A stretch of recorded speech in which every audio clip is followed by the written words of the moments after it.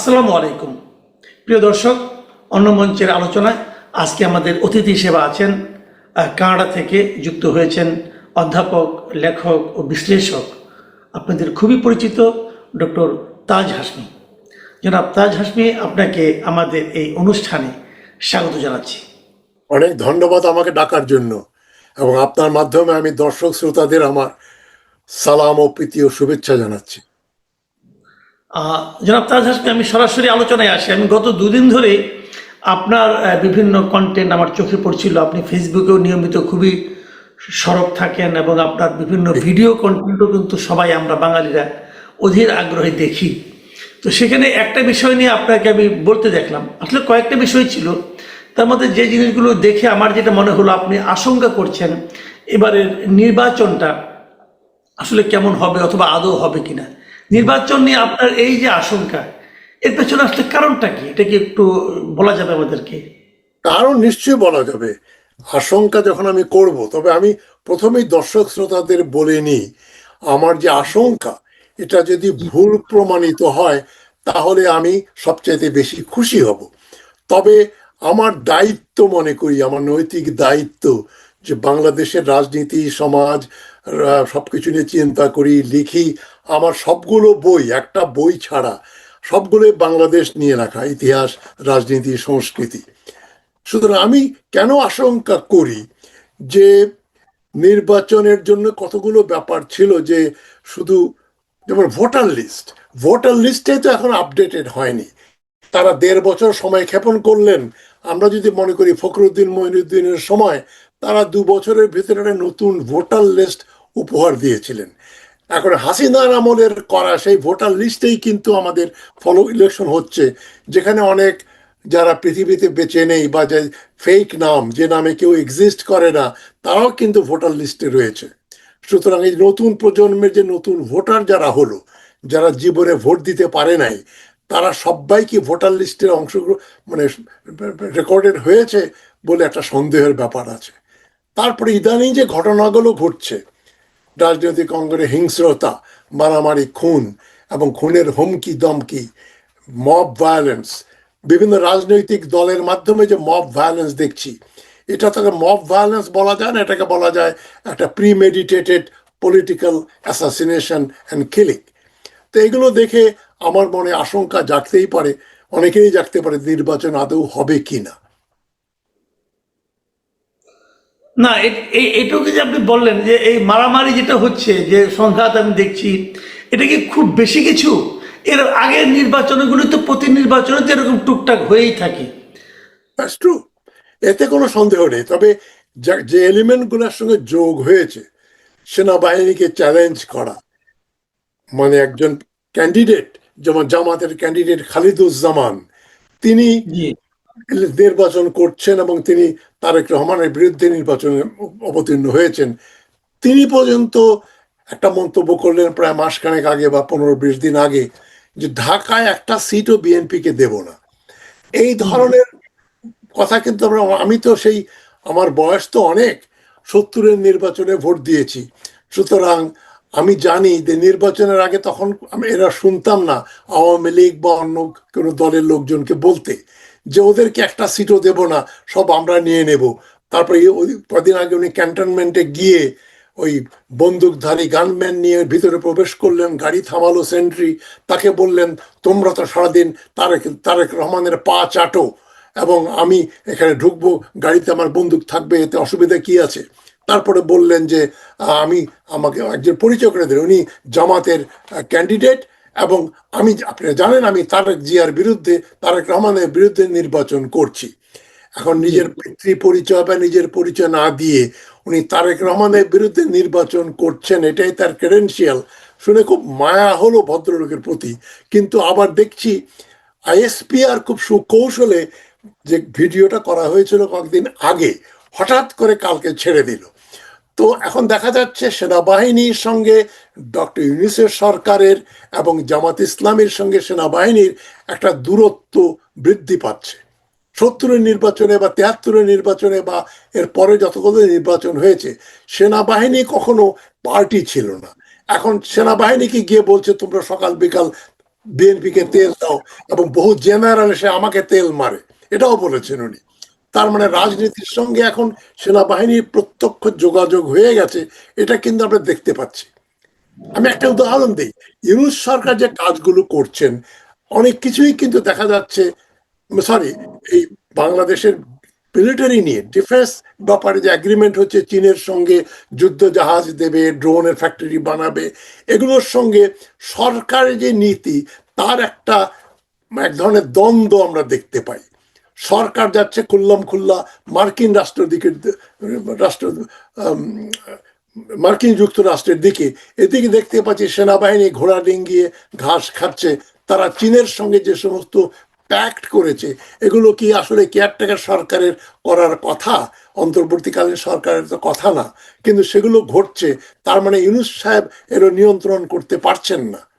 তার মানে একটা কোল্ড ওয়ার, একটা দ্বন্দ্ব, প্রচ্ছন্ন দ্বন্দ্ব রয়েছে সরকারের সঙ্গে সেনাবাহিনীর বা মিলিটারি। না, চীনের সঙ্গে এই যে কেনা, এই সামরিক সরঞ্জাম কেনাকাটা, এই ব্যাপারে তো আমাদের নিরাপত্তা উপদেষ্টা খলিলুর রহমানকে প্রশ্ন করা হয়েছিল। উনি বলছেন এগুলো নাকি চলমান প্রক্রিয়া। উনি বলেছেন, কিন্তু এটা চলমান প্রক্রিয়া না। লেটেস্ট এক্সাম্পল আমি দেই, চীন এখন বাংলাদেশের কাছে 20টা যে যে 10CE বিমান, যেটাকে বলে মাল্টি রোল ফাইটার জেটস, বিক্রি করছে 20টা। পাকিস্তানকে 36টা দিয়েছে, একে 20টা দিচ্ছে বাংলাদেশকে। সেখানে কন্ডিশন হচ্ছে 2.2 $2.2 বিলিয়ন প্রজেক্ট। চীন বলছে আমরা 2036 পর্যন্ত 10 বছরের জন্য তোমাদের ক্রেডিট দিচ্ছি, এবং তোমাদের পাইলটদেরকে আমরা চীনে ট্রেন আপ করব। তারপরে চিটাগংয়ে শেখ হাসিনার আমলে 2015 সালের জুন মাসে একটা জায়গা দেওয়া হয়েছিল ভারতকে, স্পেশাল ইকোনমিক জোন।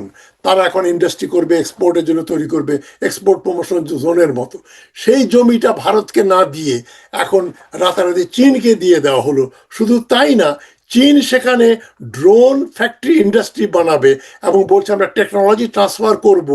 এবং ড্রোন, আপনি যারা এখন বর্তমানে মিসাইল এবং ড্রোন এয়ারফোর্সকে অনেকটা সাপ্লিমেন্ট করছে, রিপ্লেস করার মতোই অবস্থা। বাংলাদেশ হবে তৃতীয় ড্রোন ম্যানুফ্যাকচারিং নেশন।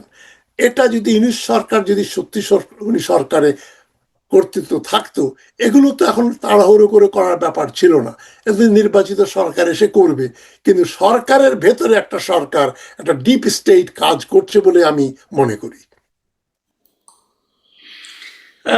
এর মাঝে আরেকটা বিষয়, আপনি কিন্তু একটা চমৎকার মন্তব্য করেছেন, আমি দেখেছি ভিডিওটা।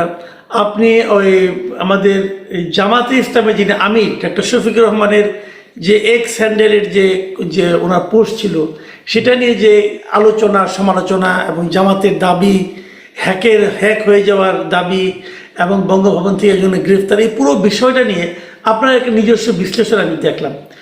সেটা কি আমাদেরকে জানাবেন কিনা আরেকবার? মানে ব্যাপার হলো, প্রথমে আমরা দেখলাম ওই পোস্টটা আসার 9 ঘন্টা পরে জামাত ইসলাম থেকে দাবি করা হলো যে ওনার এই পোস্ট হ্যাক করা হয়েছে, এবং এই হ্যাক করা এটাকে উনি ডিলিট করে দিচ্ছেন।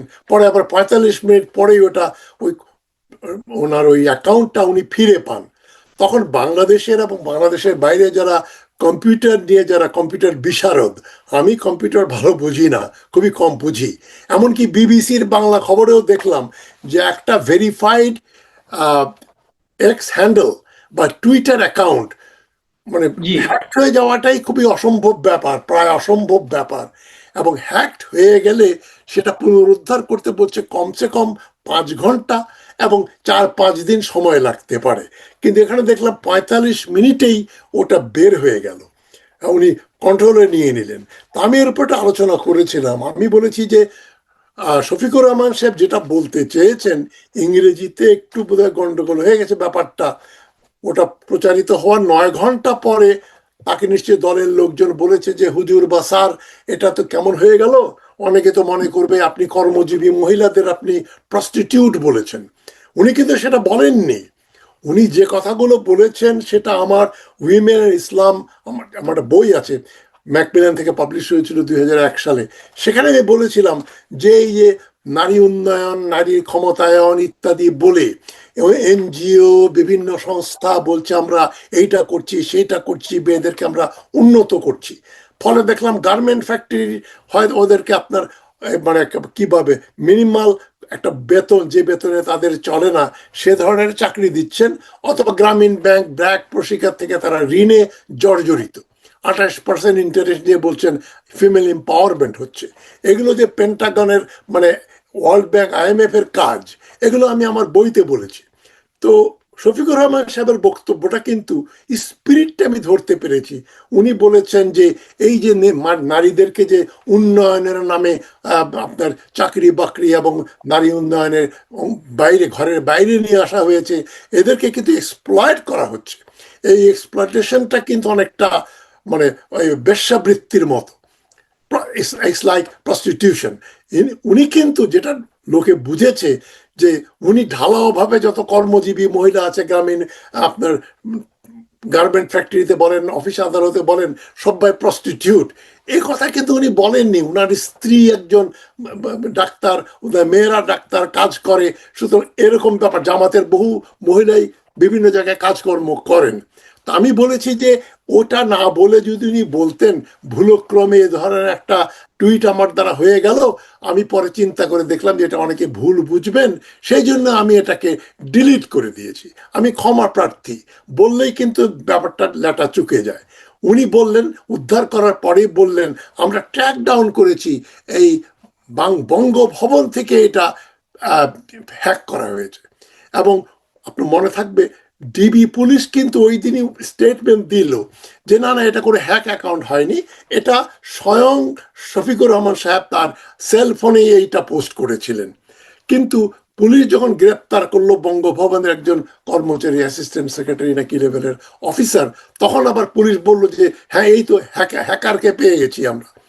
তো এখন সরকারের এক পুলিশ ডিপার্টমেন্ট বলছে যে এটা ওনার নিজের করা, কোনো হ্যাক হয় নাই, আরেক পুলিশ গিয়ে গ্রেপ্তার করে নিয়ে আসছে তাকে, যে ব্যক্তি সম্বন্ধে, যাদের সম্বন্ধে জামাত আবার বলছে বঙ্গভবন থেকে এটা হ্যাক করা হয়েছে। এগুলো উদ্দেশ্য প্রণোদিত, এবং আমি মনে করি সরকার প্রত্যক্ষভাবে জামাত ইসলামীকে সমর্থন করছে। তারা একটা নিউট্রাল ভূমিকা পালন করতে পারত। তার মানে নিরপেক্ষ ভূমিকা পালন করলেই ভালো হতো। এবং জামাতের আমির তার কথাটা যদি একটা ব্যাখ্যা দিতেন, যে ব্যাখ্যাটা আপনি এই মুহূর্তে দিলেন, সেই ব্যাখ্যাটা দিলে পুরো বিষয়টা অন্যরকম হতে পারতো। একেবারে কিন্তু এখন এখন উদরপিণ্ডি বুদর ঘাড়ে চাপাতে যে একটা বলির পাঠা সংগ্রহ করা হলো। তো এটা আমি আজকে দেখলাম, আমি একটা পত্রিকাতে দেখলাম যে ডিবিতে কিন্তু এটা নিয়ে এক ধরনের দ্বিধা বিভক্তি দেখা দিয়েছে। জি, জি, ডিবির অফিসার বলছেন অন্য কথা। জি। আপনি দেখেছেন কিনা? আমি সেটাতে বললাম, ডিবির প্রথম যে স্টেটমেন্ট আসলো তারা বললো কোনো অ্যাকাউন্ট হ্যাক হয় নাই। BBC বাংলা দেখলাম তারাও বলেছে কোনো হ্যাক হয় নাই, এবং এটা এত তাড়াতাড়ি উদ্ধার করা যায় না, হ্যাক হলে তো কিছু আপনার করসপন্ডেন্স করতে হবে, আপনি টেক্সট করবেন বা একটা কিছু করবেন, এই ডকুমেন্টগুলো যদি দেখাতেন তাহলে খুব ভালো হতো। এই যে আমার অ্যাকাউন্ট হ্যাক হয়েছিল, উনি 9 ঘন্টা সময় নিলেন কেন? এখন 9 ঘন্টার ভিতরে কি কেউই এটা পয়েন্ট আউট করেনি যে আপনি কর্মজীবী মহিলাদের প্রস্টিটিউট বলেছেন বলে অনেকে ধারণা করতে পারে? তো এই ধরনের কোনো কিছুই আসলো না, হঠাৎ করে হ্যাক হয়ে গেল, বন্ধ করে দিলেন এবং দোষ চাপিয়ে দিলেন একজনের ঘাড়ের উপরে। ব্যাপারটা কি? জি, আমি আরেকটা প্রশ্ন একটু বলি। আমি আমি হাইপোথেটিক্যালি ধরে নিলাম আপনাকে খুশি করার জন্য যে আপনার শুরুর যে আপনার আশঙ্কাটা যে নির্বাচন হবে না, সেই আশঙ্কাটাই মিথ্যা হলো। আপনি তো মিথ্যা হোক এটাই চান, আমি ধরে নিলাম মিথ্যাই হলো। তো যদি মিথ্যা হয়, যদি নির্বাচন হয়, এই নির্বাচনের সম্ভাব্য ফল আপনি কেমন দেখছেন? না, আমি যেটা বলছি একটু কোয়ালিফাই করি, নির্বাচন যে হবে না সেটা কিন্তু আমি বলছি না। না না, আমি বুঝতে পেরেছি। নির্বাচন হলেও ওটা এমন ডক্টর করে করা হবে যে যাদের সম্বন্ধে টাইম পত্রিকা বলছে 19% সাপোর্ট, ইকোনমিস্ট সেদিন বলল যে তারেক রহমান তো ক্লিয়ার উইনার। এখন সেখানে যদি রেজাল্টটা পাল্টে যায়, যেমন ঢাকা এবং বিভিন্ন জায়গায় এই যে ট্রান্সফার অফ রেসিডেন্স হয়েছে তাড়াহুড়া করে অনেক বিরাট সংখ্যায়, এবং সেটা নিয়ে আমি প্রথম 6 সপ্তাহ আগে একটা ভিডিও করেছিলাম, পরশুদিনের আগের দিন আমি আরেকটা করলাম, আমি বিএনপি নেতৃবৃন্দকে বললাম, ধরেন এই মির্জা আব্বাস বা তারেক রহমান বা এমনকি শফিকুর রহমানের কনস্টিটিউয়েন্সিতে কারা কারা নতুন ভোটার সংযোজিত হয়েছে, নোয়াখালীর থেকে এসছে বা যাত্রাবাড়ির লোক, মিরপুরে গেছে, মিরপুরের লোক মতিঝিলে গেছে, তাদের তো প্রমাণ করতে হবে যে আমি রেসিডেন্স চেঞ্জ করেছি, এই যে আমার গ্যাসের বিল, এই ইলেকট্রিসিটি বিল, এই আমার ঠিকানা, এই আমি বাড়ি ভাড়া করেছি। পরে ওখানে খোঁজ নিতে গিয়ে মির্জা আব্বাস এটার এই প্রতিবাদ করেন এবং ইলেকশন কমিশনে গিয়ে দেখা যায় এক একটা বাড়িতে 30, 40, 50 জন করে ঠিকানা, যেটা হচ্ছে পোস্টাল ব্যালটের মতো হয়েছে। বাহরাইনে এবং কুয়েতে জামাতে ইসলামের এক একজন লোকের কাছে 200 লোকের ঠিকানা, 200 লোক একই অ্যাড্রেস থেকে পোস্টাল ব্যালটে ভোট দেবে। এগুলো তো ক্লিয়ার কাট রিগিং এর ব্যবস্থা করা। এবং অনেকে বলছেন যে প্রচুর পরিমাণে ফেক ব্যালট পেপার ছাপানো হয়েছে। এখন বোরকা পরে বা জুব্বা পরে পোলিং স্টেশনে কেউ ঢোকে, এক একজন 50টা করে ব্যালট পেপার নিয়ে যায় এবং ওই সিল দেওয়া দিয়ে ব্যালট বাক্স ঢুকিয়ে দেয়, ওখানে তো কোনো ক্যামেরা থাকবে না। তাহলে ইলেকশনটা ইঞ্জিনিয়ারিং হতে পারে। এবং সোশ্যাল মিডিয়ার মাধ্যমে, গুজবের মাধ্যমে যেভাবে প্রচার হচ্ছে, জামাত 80% সিট নিয়ে নেবে, বিরাট সংখ্যক বিজয় অর্জন করবে এবং জামাত লেজিটিমাইজ করার জন্য নিজেদের কর্নেল অলি আহমদের মতো মুক্তিযোদ্ধা বা মেজর আখতারের মতো মুক্তিযোদ্ধাকে নিয়ে তারা দেখাতে চাচ্ছেন যে তারা মুক্তিযোদ্ধার দল। এবং তারা সবকিছুই, তারা স্বাধীনতার পক্ষে, নারী স্বাধীনতার পক্ষে সবকিছুই করবেন। কিন্তু আল জাজিরার ইন্টারভিউতে শফিক সাহেব বলছেন আমরা মহিলা নেতৃত্ব কিন্তু দেব না, জামাতের প্রধান কোনো মহিলা হতে পারবেন না। কিন্তু উনি এটা বললেন না, আমরা কিন্তু খালেদা জিয়ার নেতৃত্বে সরকারে যোগদান করে আমরা দুজন মন্ত্রীও ছিলাম আমাদের, এবং হাসিনার নেতৃত্ব আমরা খালেদার বিরুদ্ধে আন্দোলন করেছি। এবং তাদের নেতা মৌলানা মওদুদী 1964 সালে ফাতেমা জিন্নার পক্ষে ক্যাম্পেইন করে আইয়ুব খানের বিরুদ্ধে ক্যাম্পেইন করেছিলেন 1964 নির্বাচনে, ডিসেম্বরের নির্বাচনে। আমি তখন কলেজে ফার্স্ট ইয়ারে পড়ি, আমার এখনো মনে আছে। তাহলে নারী নেতৃত্বের ব্যাপারে তাদের আপত্তি হচ্ছে, যদি নারী তাদের পক্ষের হয় তাহলে অলরাইট, বিপক্ষের হলে অসুবিধা। তো এগুলো তো সুবিধা না, তাদের পক্ষে যাওয়ার কারণে অলি আহমেদ তো স্বাধীনতার নতুন ঘোষক হিসেবে আবির্ভূত হয়েছেন। ওইটা তো আরেকটা ফাজলামি এবং মিথ্যাচার করছেন। জামাত প্রধান বলছেন আমি বললাম কি, সাংবাদিকরা বললেন কি। আমি আবার ওনার ভিডিওটা পড়লাম, দেখলাম উনি বলছেন এই চট্টগ্রামের এই ভূমি থেকেই কিন্তু স্বাধীনতার ঘোষণা এসেছিল। আমি মনে করলাম মনে জিয়াউর রহমানের কথা বলবেন। এখানেই এই আমাদের সঙ্গে রয়েছেন কর্নেল অলি আহমদ, তিনি প্রথম বলেন উই রিভোল্ট, বলার পরে স্বাধীনতা যুদ্ধ শুরু হয়। উই রিভোল্ট শব্দটা জিয়াউর রহমানের বক্তৃতার ভিতরে ছিল, যেটা স্বাধীনতার ঘোষণা। সেখানে শফিকুর রহমান সাহেব মিথ্যাচার করলেন এবং মিথ্যাচার করার পরে আবার মিথ্যাচার করছেন যে আমি কিন্তু এরকম কথা বলিনি। এগুলো লেজে গোপরে অবস্থা আর কি। জি, অনেক ধন্যবাদ, অনেক ধন্যবাদ ডক্টর তাজ হাশমি, আপনি আমাদের অনেক সময় দিলেন। আমাদের দর্শকদের অনেকেই কিন্তু আমাকে মতামত জানিয়েছেন, তারা নিয়মিতভাবে আপনাকে পেতে চান। আপনি খুবই ব্যস্ত থাকেন, তারপরে আমরা প্রত্যাশা করব আপনাকে আমরা আবার পাবো। আপনি ভালো থাকবেন, আপনি আপনার সুস্বাস্থ্য থাকবেন, আপনি এই কামনা থাকলো। প্রিয় দর্শক, আপনারা শুনলেন জনাব তাজ হাশমির বিশ্লেষণ বিভিন্ন বিষয়ে, এবং উনি যে আশঙ্কাগুলি করেছেন সেই আশঙ্কাগুলি নিয়ে আমরা আলাপ করলাম, এবং ওই আশঙ্কাগুলি মিথ্যা হোক, ভুল হোক, এটাই উনি প্রত্যাশা করছেন। আমরাও প্রত্যাশা করি যে আমাদের জাতি একটা নতুন ভালো নির্বাচন পাক, নতুন একটা সরকার পাক, নির্বাচিত সরকার। সেই প্রত্যাশা থাকলাম। আপনারা সবাই ভালো থাকবেন। এখন এ পর্যন্তই। আল্লাহ হাফেজ।